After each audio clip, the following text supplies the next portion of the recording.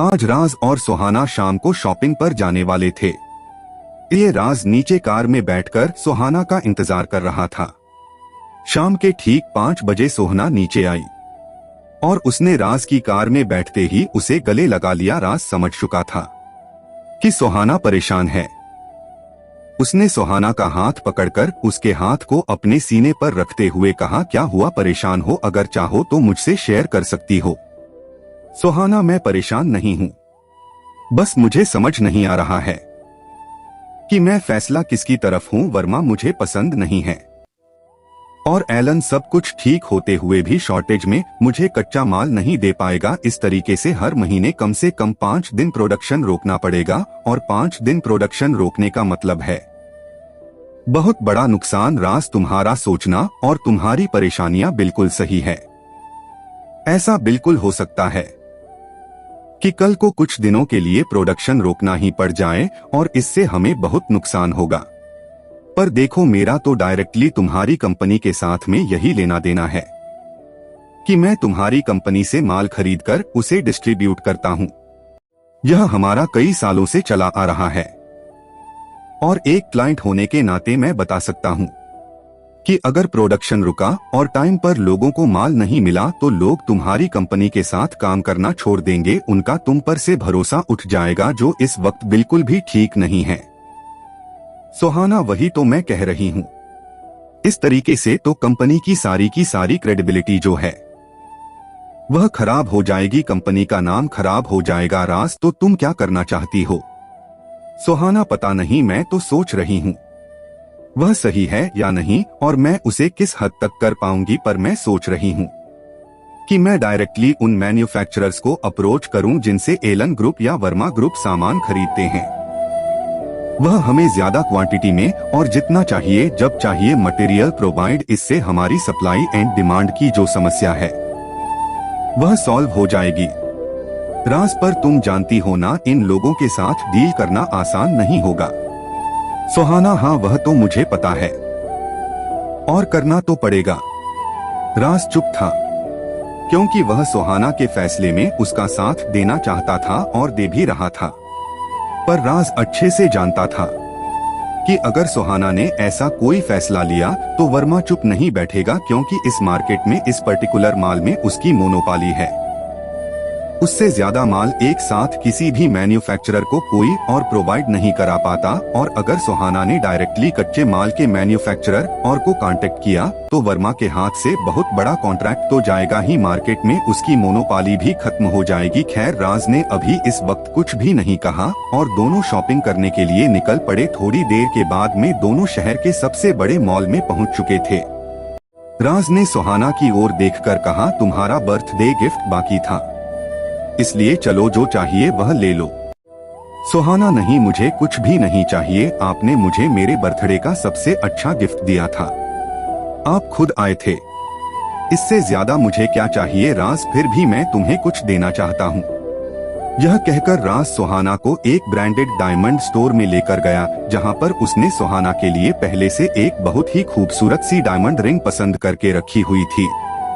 राज को देखते ही वहाँ की सेल्स गर्ल ने उसे मुस्कुराकर कहा, सर आपकी रिंग बिल्कुल तैयार है, मुझे पता था आप आने वाले हैं, इसलिए मैं आपका इंतजार ही कर रही थी। सेल्स गर्ल की बात सुनकर सुहाना ने घूरकर राज की ओर देखा, जैसे सवाल कर रही हो, यह क्या है? आप यहाँ कब आए? राज, आज तुम्हें ऑफिस छोड़ने के बाद मैं आया था और इनके पास भी तुम्हारे नाप की अंगूठी नहीं थी, इसलिए उन्हें ऑर्डर देकर चला गया था और उन्होंने कहा था कि यह शाम तक अपनी दूसरी स्टोर से मुझे मंगवा कर दे देंगे, इसीलिए तो मैंने शाम को शॉपिंग का प्लान बनाया था।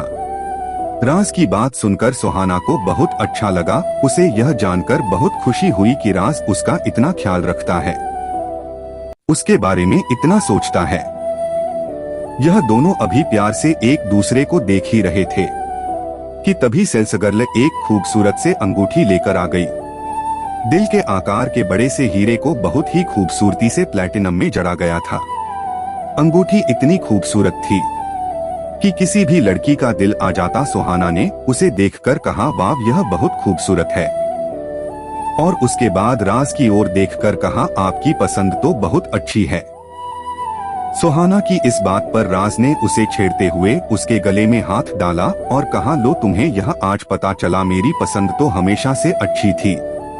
तुमने कभी खुद को शीशे में नहीं देखा क्या? आखिर तुम भी तो मेरी पसंद हो। राज की बात सुनकर सुहाना शर्मा गई और उसके सीने से लग गई। जल्दी ही बिलिंग की फॉर्मेलिटीज पूरी हुई और राज ने वहीं पर सुहाना को वह अंगूठी पहनाई तो सारा का सारा शोरूम का स्टाफ इस तरीके से तालियां बजाने लगा जैसे अभी अभी राज ने सुहाना को प्रपोज किया हो। सुहाना खुशी खुशी उस अंगूठी बार बार निहार रही थी, जैसे उसे अंगूठी के रूप में उसे राज के प्यार की निशानी मिल चुकी हो। राज सुहाना को उस डायमंड शोरूम के बाद और भी बहुत सारे ब्रांडेड शोरूम में लेकर गया, जहां पर सुहाना ने जमकर शॉपिंग की, जैसे कि वह इस समय का न जाने कब से इंतजार कर रही थी। सुहाना ने अपनी पसंद की बहुत सारे कपड़े, जूते, सब कुछ खरीदा। वैसे भी लड़कियों को शॉपिंग करने को मिल जाए तो इससे ज्यादा स्ट्रेस बस्टर तो कुछ होता ही नहीं है। सुहाना को देखकर भी ऐसा ही लग रहा था कि जैसे आप ही बिजनेस की सारी थकान को शॉपिंग करके मिटाने वाली है। रात के 11 बजे तक सुहाना और राज दोनों थककर चूर हो चुके थे। दोनों ने बाहर ही डिनर किया और उसके बाद जब घर पहुंचे तो राज ने जैसे ही सुहाना की तरफ कुछ करने के इरादे से हाथ बढ़ाया, सुहाना ने उसके हाथ को पीछे करते हुए कहा, आज नहीं प्लीज, आज मैं बहुत थक गई हूँ। राज, यह तो गलत बात है। अगर मुझे पहले पता होता कि तुम घर आकर यह कहोगी तो मैं इन सारे के सारे सेल्समैन्स को घर पर ही बुला लेता, सारे तुम्हें यही घर पर आकर अपनी कलेक्शन दिखाते, तुम्हें जो पसंद आता तुम खरीदती और उसके बाद कम से कम मुझे मेरे मन की चीज तो मिल जाती। और यह कहकर राज झूठा गुस्सा दिखाकर घूमने लग गया। सुहाना ने प्यार से राज के माथे पर किस किया और उसके बाहों का घेरा अपने चारों ओर बनाकर उसकी आगोश में सिमट गई और उसके सीने पर सर रखते हुए कहा, मैं तो आप ही की हूँ, मैं कहाँ जा रही हूँ। और यह कहकर उसके सीने पर सर रखकर सो गई। राज को सुहाना के इतने करीब आकर उस खुशी का, संतुष्टि का एहसास हो रहा था जो उसने कभी नहीं महसूस किया था। वो इतना खुश था कि उसे अपनी जिंदगी पूरी नजर आ रही थी। ऐसा लग रहा था जैसे उसकी जिंदगी, उसके सपने पूरे हो चुके हैं। सुहाना ने फैसला ले लिया था कि वह अभी शुरुआती तौर पर एलन ग्रुप के साथ काम करेगी और उनसे सारा का सारा कच्चा माल लेगी और साथ ही साथ जिन लोगों से यह लोग डायरेक्टली माल खरीदते हैं उनसे भी कांटेक्ट करेगी। संयम वर्मा को सुहाना का यह फैसला बिल्कुल भी पसंद नहीं आया था। मिताली तो पहले ही इस फैसले के खिलाफ थी और जैसे ही मिताली ने यह फैसला बताने के लिए संयम वर्मा को फोन किया, उसने लगभग चीखते हुए कहा, मैं कुछ नहीं जानता मिताली, मैंने तुम्हें तुम्हारी मुंह मांगी कीमत दे चुका हूँ। मुझे यह ऑर्डर चाहिए, इस ऑर्डर के नाम पर ही तो मैंने मार्केट से पैसा उठाया है। ऐसे कैसे चलेगा मिताली? सर मैं जानती हूँ, पर आप मेरी भी प्रॉब्लम समझने की कोशिश कीजिए। पहले मैंने खुद इस प्रोजेक्ट के लिए अकेले आने वाली थी, इसीलिए मैंने विक्रांत सर की सारी मीटिंग्स को पोस्टपोन करते करते इन्हीं दिनों पर लाकर रखा था ताकि विक्रांत सर बिजी रहे। और मुझे पूरा यकीन था कि यह सुहाना यहाँ पर नहीं आएगी क्योंकि इसकी तो याददाश्त चली गई थी। इसे पिछले दिनों का सब कुछ याद है, पर अभी रिसेंट में जो भी हुआ उसका कुछ भी याद नहीं। तो मुझे उम्मीद नहीं थी कि सुहाना यहाँ आ जाएगी। मैंने यही सोचा था कि मैं आने वाली हूँ तो मैं जो भी फैसला लूंगी वही सही होगा और वही विक्रांत सर को मानना भी होगा। इसीलिए मैंने आपसे डील फाइनल थी, पर अचानक आखिरी समय पर सुहाना बीच में आ पड़ी। संयम वर्मा सुहाना के फैसले खिलाफ कुछ भी नहीं कर सकता क्योंकि कानूनी तौर पर सुहाना को यह तय करने का हक है कि वह किसके साथ काम करना चाहती है और वह सुहाना ने कर लिया है। इसलिए संयम वर्मा ने जो भी गुस्सा था पहले तो मिताली पर उतारा, उसे खूब बुरा भला सुनाया और उसके बाद उसने सुहाना को सबक सिखाने का फैसला कर लिया था। उसने यह तय कर लिया था कि वह सुहाना को इस तरीके से नहीं जाने देगा। शाम के तकरीबन 6 बजे अहाना ऑफिस से घर के लिए निकल रही थी। आज राज को शहर के दूसरी तरफ किसी मीटिंग के लिए जाना था, इसलिए वह पहले ही निकल चुका था। सुहाना अपनी कार में बैठने ही वाली थी कि तभी अचानक से पीछे से एक कार आई और उसने सुहाना को खींचकर अपनी कार में बिठा लिया। ड्राइवर देखता रह गया। ड्राइवर ने उस कार का पीछा करने की कोशिश की पर वह कार अचानक कहां गायब हो गई, ड्राइवर को पता नहीं चला। ड्राइवर ने घबराकर जल्दी से राज को फोन किया। वो इस वक्त मीटिंग में था, पर क्योंकि यह सुहाना के ड्राइवर का फोन था इसलिए उसने जल्दी से फोन उठाया और फोन उठाते ही कहा, क्या हुआ, सब ठीक है? ड्राइवर सर, मुझे कुछ समझ में नहीं आ रहा, मैं आपको कैसे बताऊं, पर मैडम कार में बैठने के लिए आई थी कि तभी अचानक से मैडम को एक दूसरी कार लेकर चले गई। मुझे नहीं पता क्या हुआ, मैंने उस कार का पीछा करने की भी कोशिश की पर मैं उसे नहीं ढूंढ पाया। राज ने जैसे ही ड्राइवर की बात सुनी वह मीटिंग के बीच से बिना कुछ बोले उठकर खड़ा हो गया। उसके क्लाइंट्स ने एक बार उससे पूछने की कोशिश की तो राज ने कुछ यूं नजरों से घूर कर देखा कि उसकी दोबारा कुछ भी पूछने की हिम्मत ही नहीं हुई। राज वहां से उठकर फौरन निकल पड़ा और जल्दी से ड्राइवर की बताई हुई लोकेशन पर पहुंचा।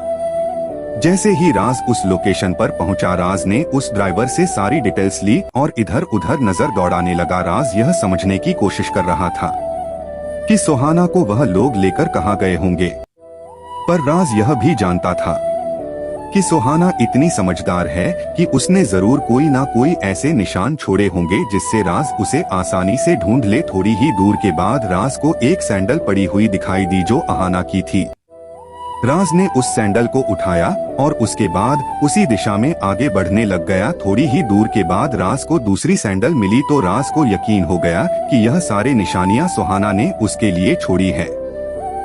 राज उसी दिशा में आगे बढ़ता जा रहा था।